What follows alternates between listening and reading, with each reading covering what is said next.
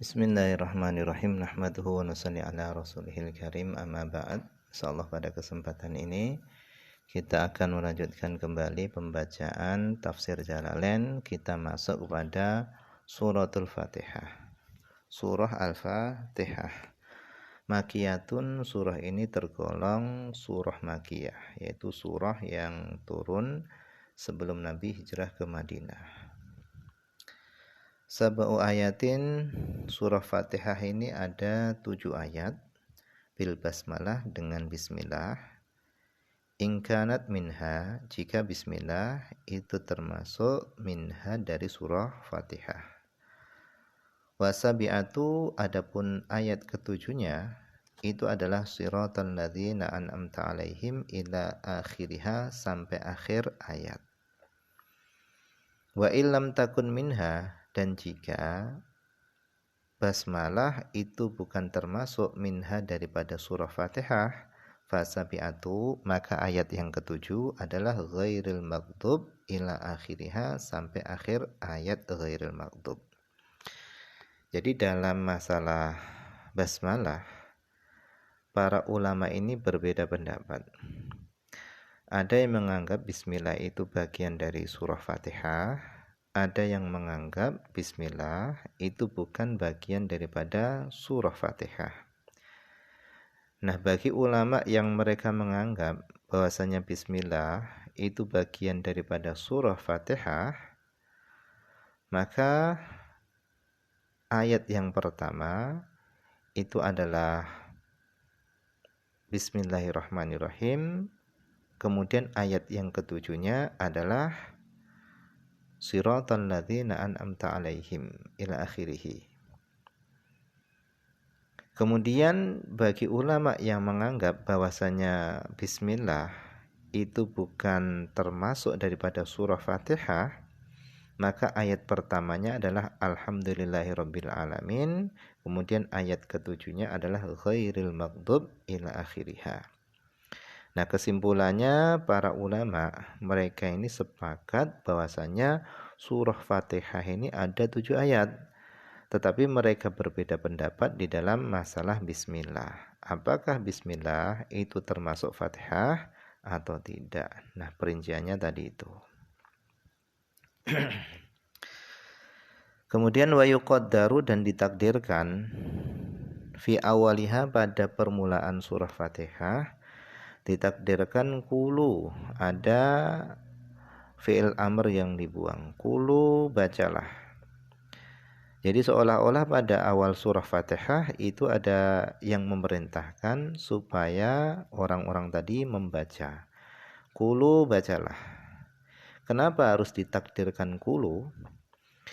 Jawabannya liyakuna ma qabla iyyaka na'budu munasiban lahu, supaya adanya ayat-ayat sebelum ayat iyyaka na'budu wa iyyaka nasta'in itu munasiban, ayat-ayat tadi itu cocok lahu bagi ayat iyyaka na'budu wa iyyaka nasta'in.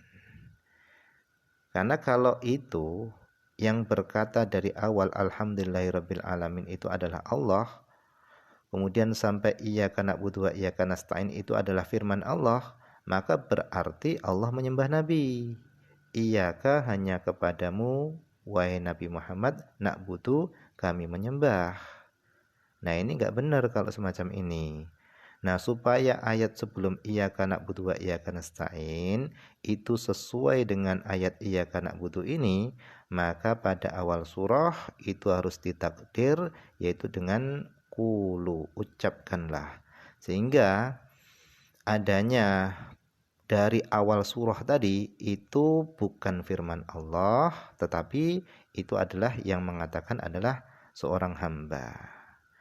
Seolah-olah Allah merintahkan hamba tadi, kulu, ucapkanlah alhamdulillahirabbil alamin arrahmanirrahim maliki yaumiddin iyyaka na'budu wa iyyaka nasta'in. Nah, ini adalah perkataannya hamba.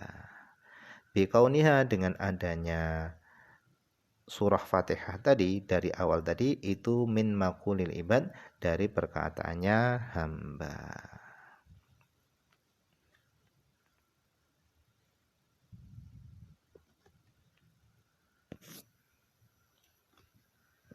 Kemudian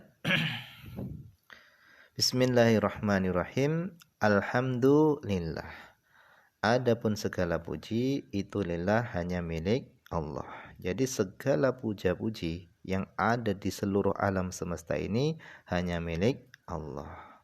Alhamdulillah. Adapun segala puji itu hanya milik Allah.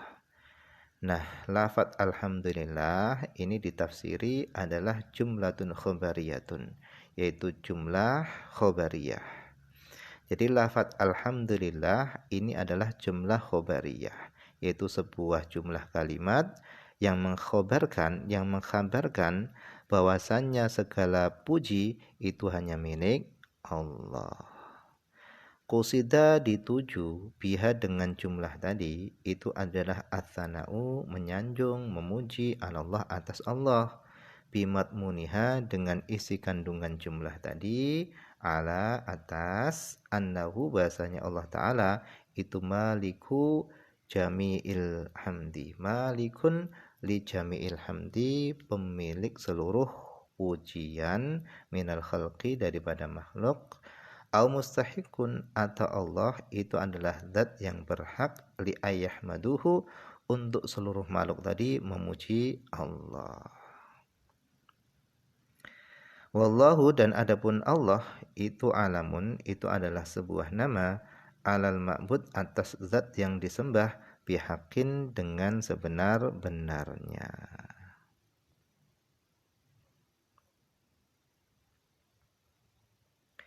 Kemudian alhamdulillahi rabbil alamin, Tuhan semesta alam. Ai maliku jami'il khalqi, pemilik seluruh makhluk. Minal insi, daripada manusia, wal jinni, dan jin, wal malaikati, dan para malaikat, wat tawabi, dan para binatang, wa ghairihim, dan selain mereka semuanya. Wa kullun minha, dan masing-masing daripada mereka semuanya, insi, jinni, malaikah tadi, itu yutlaqu alaihi, dikatakan ke atasnya alamun alam. Yuqalu, sehingga dikatakan alamul insi, alam manusia, wa alamul jinni, alam jin, ila ghairi dzalika, dan yang lain-lainnya. Wa ghulliba, dan dimenangkan, fi jam'ihi, di dalam jamaknya alam tadi, bil ya'i wan nun, dengan ya dan nun, alamin itu jamaknya dengan ya dan nun, itu dimenangkan ulul ilmi, orang-orang yang memiliki ilmu. Jadi alamin ini dimenangkannya dengan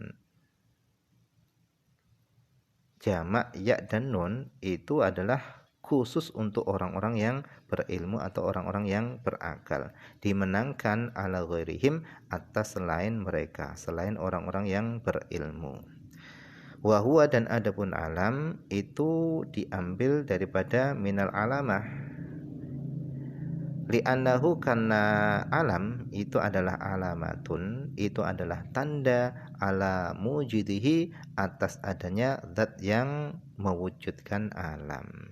Jadi alam itu diambil daripada kata alamah, li'annahu, karena sesungguhnya alam itu adalah alamatun, tanda, ala mujidihi, atas adanya zat yang menciptakan alam.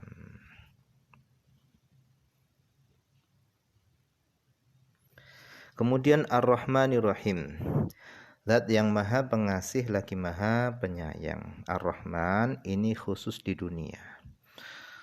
Jadi seluruh yang ada di dunia ini disayangi oleh Ar-Rahman. Tetapi Ar-Rahim ini khusus untuk orang beriman, yaitu nanti di akhirat. Ar-Rahman ini sayang secara umum di dunia, kemudian Ar-Rahim ini khusus untuk orang-orang beriman nanti di akhirat. Aidzir rahmah, zat yang memiliki kasih sayang.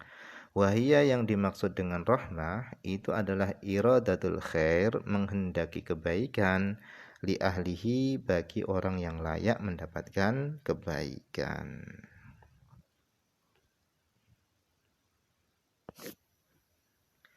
Kemudian Malik Yaumiddin, zat yang memiliki hari din.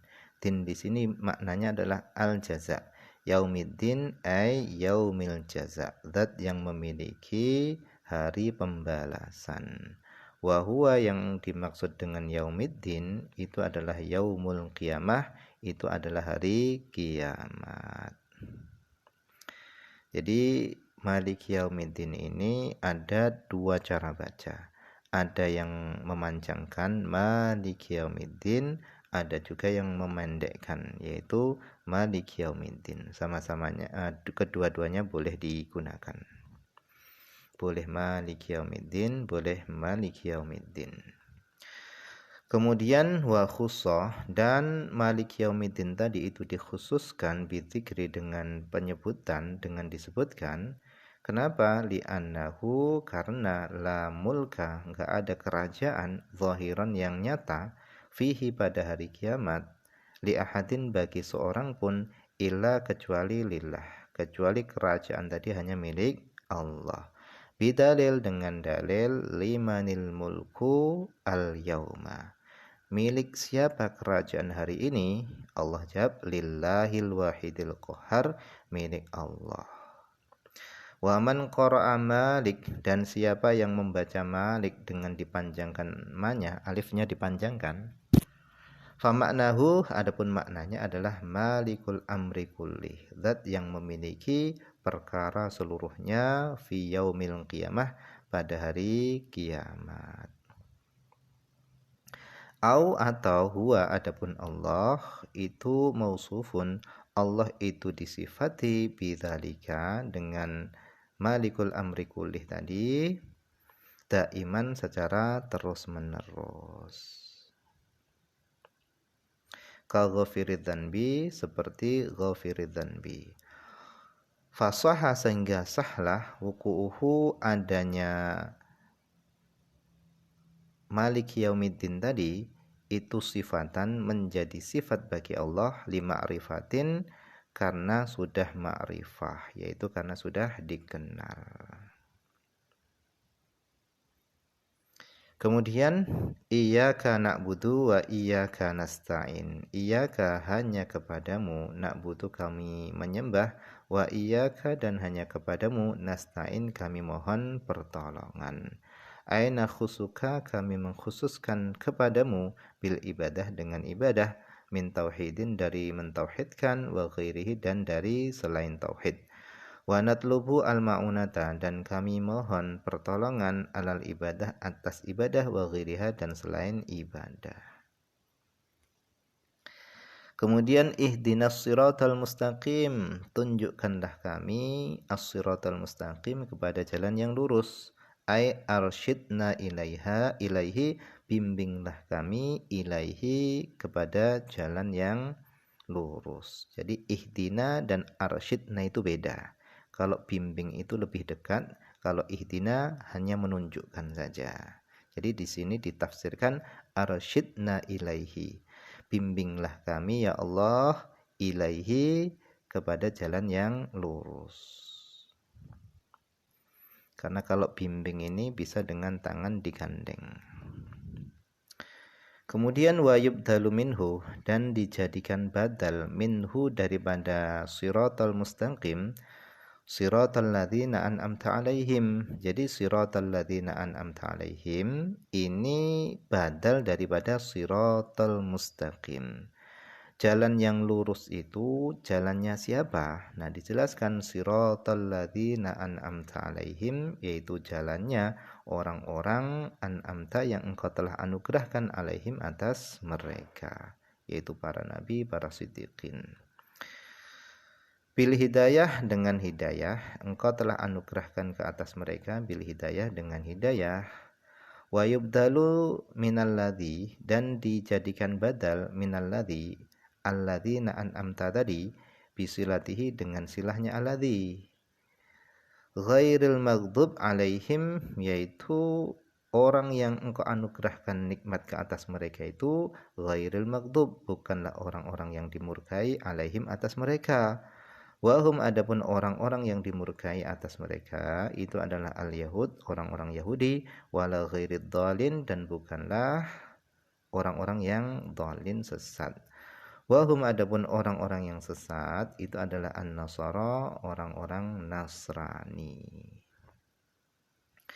Wa nuqtatul badli dan faedahnya badal, adanya badal tadi, yubdalu tadi, itu ifadatun, itu adalah memberi faedah, annal muhtadin bahasanya orang-orang yang mendapat petunjuk, laisu yahudan wala nasara, orang-orang yang mendapat petunjuk itu bukanlah orang Yahudi dan orang Nasrani. Wallahu a'lam biswab, dan Allah lah yang lebih mengetahui biswab dengan kebenarannya. Wa ilaihi, dan kepada Allah, al marji wal ma'ab, tempat kembali, wal ma'ab sama tempat kembali. Nah, mungkin ini saja dulu yang bisa dibaca pada kesempatan ini, semoga ada manfaatnya.